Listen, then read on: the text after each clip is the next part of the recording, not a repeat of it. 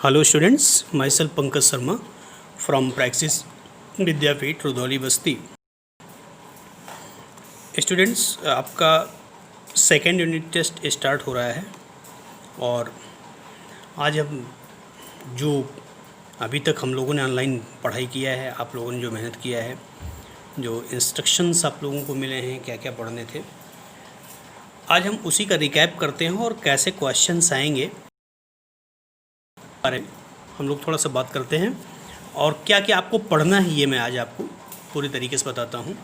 एक चीज़ आप लोगों को क्लियरली समझना चाहिए कि self study is the most important thing for you and you should have to attempt to understand the concept of the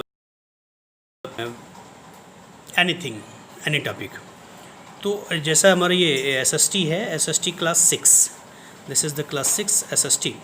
इसमें जो हिस्ट्री पार्ट है उसमें फर्स्ट लेसन आपका है व्हेन, वेयर एंड हाउ। इस लेसन को हमें पढ़ना है, करना भी मैं बताता हूँ कि इसमें क्या क्या आपको पढ़ना है, कहाँ कहाँ से क्वेश्चंस आ सकते हैं और कैसे क्वेश्चंस उठेंगे। और second lesson the earliest society. ये 2 पॉइंट्स आपको अच्छे तरीके से पढ़ना है, यहाँ से आपके क्वेश्चंस उठेंगे। हम आते हैं इस लेसन पे। सबसे पहला वर्क आपका ये है स्टूडेंट्स, ये जो आई लर्नड, आप लेसन देख रहे हो, लेसन के लास्ट में पूरे लेसन का जिस्ट है, ये सार है, मेन तत्व है। अगर ये हम तैयार कर लेते हैं अच्छे तरीके से तो निश्चित रूप से यहाँ से आपको अधिक से अधिक क्वेश्चंस मिलेंगे।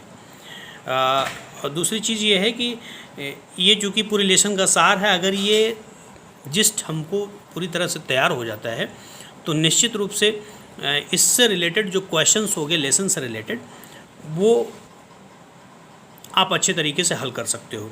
दूसरी चीज़, जो आपके एक्सरसाइज में दिया गया क्वेश्चन है वो तो आपको तैयार करना ही रहता है, लेकिन कोई ज़रूरी नहीं कि जो क्वेश्चन आपके सामने जो क्वेश्चन आए वो एक्सरसाइज से ही आए। वो क्वेश्चन यहाँ से भी उठाया जा सकता है, हम अपने तरफ से बना के दे सकते हैं। किसी भी एग्ज़ाम में ऐसे ही क्वेश्चन आते हैं, अपनी तरफ से मैं बना के दे सकता हूँ। तो ऐसे भी क्वेश्चन आपको मिलेंगे जो मेरी तरफ से बना के दिए जा सकते हैं आपको आपके पेपर्स में। अब जैसे हम यहाँ पे एक्सरसाइज पे आते हैं। पहली बात तो ये आप तैयार करेंगे जो I learned gist of the, ये दूसरी चीज़, ये कॉन्सेप्ट मैप आपको तैयार होना चाहिए। कॉन्सेप्ट मैप अगर आपको तैयार है तो निश्चित रूप से आप पेपर अच्छे तरीके से करोगे। थोड़ा सा एक्सरसाइज पे हम लोग आते हैं।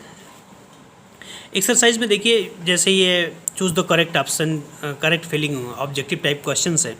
जैसे हिस्टोरियन इज़ एन एक्सपर्ट, एक इतिहासकार एक्सपर्ट होता है जो क्या करता है, यहाँ पे देखिए, रिकॉन्स्ट्रक्ट और पास्ट। इतिहास क्या होता है? पास्ट की कहानी होती है। Studies natural and physical science, तो साइंस का काम तो साइंटिस्ट करता है।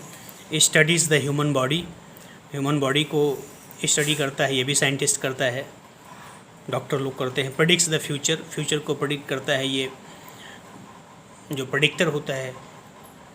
तो इसमें इसका मतलब क्या हुई, ये आपका सही है। फिर numismatics is the study of the coins, inscriptions, skeleton, maps. तो यहाँ पे इस तरह के क्वेश्चंस भी आपको आएंगे, ये आपको तैयार करना है, ये भी तैयार करना है। ये फिल इन द ब्लैंक्स, ये आपको तैयार करना है। कुछ कॉन्सेप्चुअल चीज़ें आपके उस पर आ सकती हैं, जैसे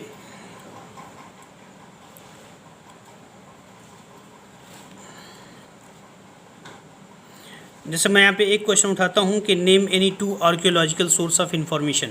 अब आर्कियोलॉजिकल सोर्स ऑफ इंफॉर्मेशन अगर आप करेंगे तो इसमें देखिए सोर्स ऑफ हिस्ट्री में, सोर्स ऑफ हिस्ट्री में कितने सोर्स हैं? Archaeological source. अब इसमें आर्कियोलॉजिकल में क्या होगा? मॉन्यूमेंट्स, इंस्क्रिप्शंस, क्वाइंस और आर्ट क्राफ्ट। अब इस पॉइंट्स को अगर आपको तैयार है तो आर्कियोलॉजिकल सोर्स ऑफ इंफॉर्मेशन आपको मिल जाएंगे। 4 सोर्स हैं, क्वाइंस हैं, आर्ट क्राफ्ट्स है, इंस्क्रिप्शंस हैं और मॉन्यूमेंट्स हैं। तो ऐसे एक एक क्वेश्चन को आपको समझना है। फिर आते हैं, जैसे यहाँ पे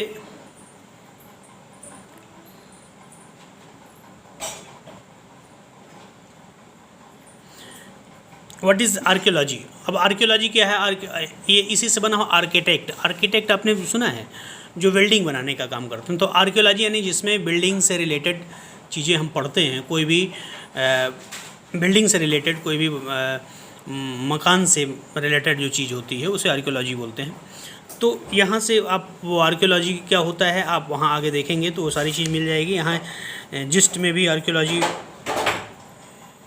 archaeology source of include monuments, coins, art craft and inscriptions.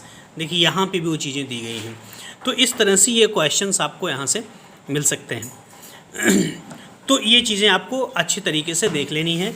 क्या क्या पढ़ना है, ये पढ़ना है आई लर्नड, दूसरा कॉन्सेप्ट मैप, एंड थर्ड यहाँ से कुछ क्वेश्चंस आप ब्रीफ क्वेश्चन में ब्रीफ से क्वेश्चन उठाना है। उसी तरह से सेकंड लेसन का भी ये पार्ट आपको अच्छी तरीके से लर्न करना है, case study I learned human beings. और यहाँ से कुछ क्वेश्चंस आपको, जैसे palaeolithic humans, the stone age has been divided under different categories. Stone age को किन किन कैटेगरीज में डिवाइड किया गया है। तो इस तरह से ये क्वेश्चंस आप देखेंगे। जो why is the stone is so called, what do you understand by the term microlith, what are Kurnool's cave famous for, name the 3 periods into which the stone is divided. तो ये क्वेश्चंस जो हैं बहुत छोटे छोटे हैं, और इसके पूरे कॉन्सेप्ट हमने आपको प्रीवियस लेक्चर्स में बताए हैं। उसको अच्छी तरीके से पुनः आप वीडियो देखें और ये क्वेश्चंस पूरी तरह से तैयार कर लें। ये 2 लेसन आपके हिस्ट्री से आएंगे। इसके बाद एक लेसन आपको ज्योग्राफी से आएगा। ज्योग्राफी आपका page number the earth in the solar system. Geography 114 पे है, पेज नंबर 114 ये लेसन आप देखिए, the earth in the solar system. Solar system आप ऑलरेडी पढ़ चुके हो। आप सोलर सिस्टम आपके जो कोर्स में है, सोलर सिस्टम में what is the specific thing about the earth, what is the specific thing about the earth, that is the lesson contain. इसमें इसके अंतर्गत अगर आप सभी लोग स्पेशली आई लर्नड ये पार्ट आप अगर आप पढ़ते हो यहाँ से, plus concept map, I learned and concept map पढ़ते हो। दूसरी चीज़ आप चूँकि अर्थ है तो अर्थ का एक सैटेलाइट है मून से रिलेटेड चीज़ें आप ज़रूर पढ़िएगा, वहाँ से आपके क्वेश्चंस मिल सकते हैं। अब इसके बारे में आप यहाँ से मोर अबाउट द मून, ये चीज़ आप इस पूरे पार्ट को अगर आप पढ़ते हैं, मोर अबाउट द मून ये पार्ट, तो निश्चित रूप से आपको यहाँ से कोई न कोई एक आध क्वेश्चन मिल सकता है। और अर्थ के बारे में, अर्थ को अच्छी तरीके से पढ़ लीजिएगा ये पार्ट, कि अर्थ की क्या विशेषताएं हैं, कितने किलोमीटर है, क्या इसका अक्षांश देशांतर, ये सारी चीज़ें इसको अच्छी तरीके से आप तैयार करेंगे। ठीक है। जैसे यहाँ से मैं एक क्वेश्चन उठाता हूँ,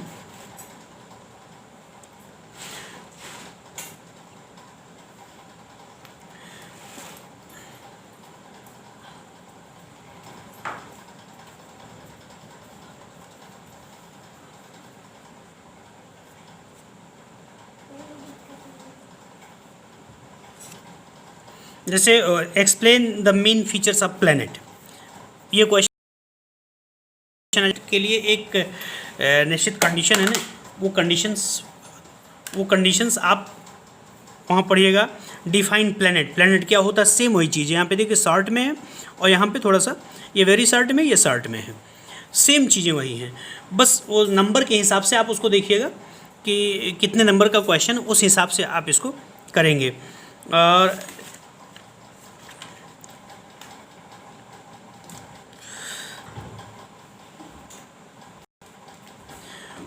जैसे एक आ गया what is the earth natural satellite. अब अर्थ नेचुरल सैटेलाइट क्या है, मून है। तो इसको आप अच्छे तरीके से पढ़ेंगे। नेक्स्ट वीडियो में हम जो है कुछ और चीज़ें इसके बारे में देखेंगे, क्या क्या पढ़ना ये मैंने आपको बताया। अब इसके बाद सोशल आपका एक पार्ट और है इसमें, जिसको हम बोलते हैं social and political life. Social and political life में अंडरस्टैंडिंग डाइवर्सिटी।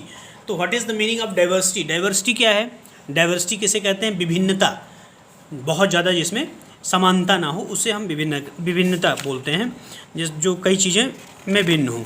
तो इस डाइवर्सिटी वाले लेसन में अच्छी तरीके से इस पॉइंट आई लर्न, मैं बार बार कह रहा हूँ कि इस पार्ट को हर हालत में आपको लर्न करना है। एसएसटी का ये जिस्ट है जिस लेसन का, और इसके अंतर्गत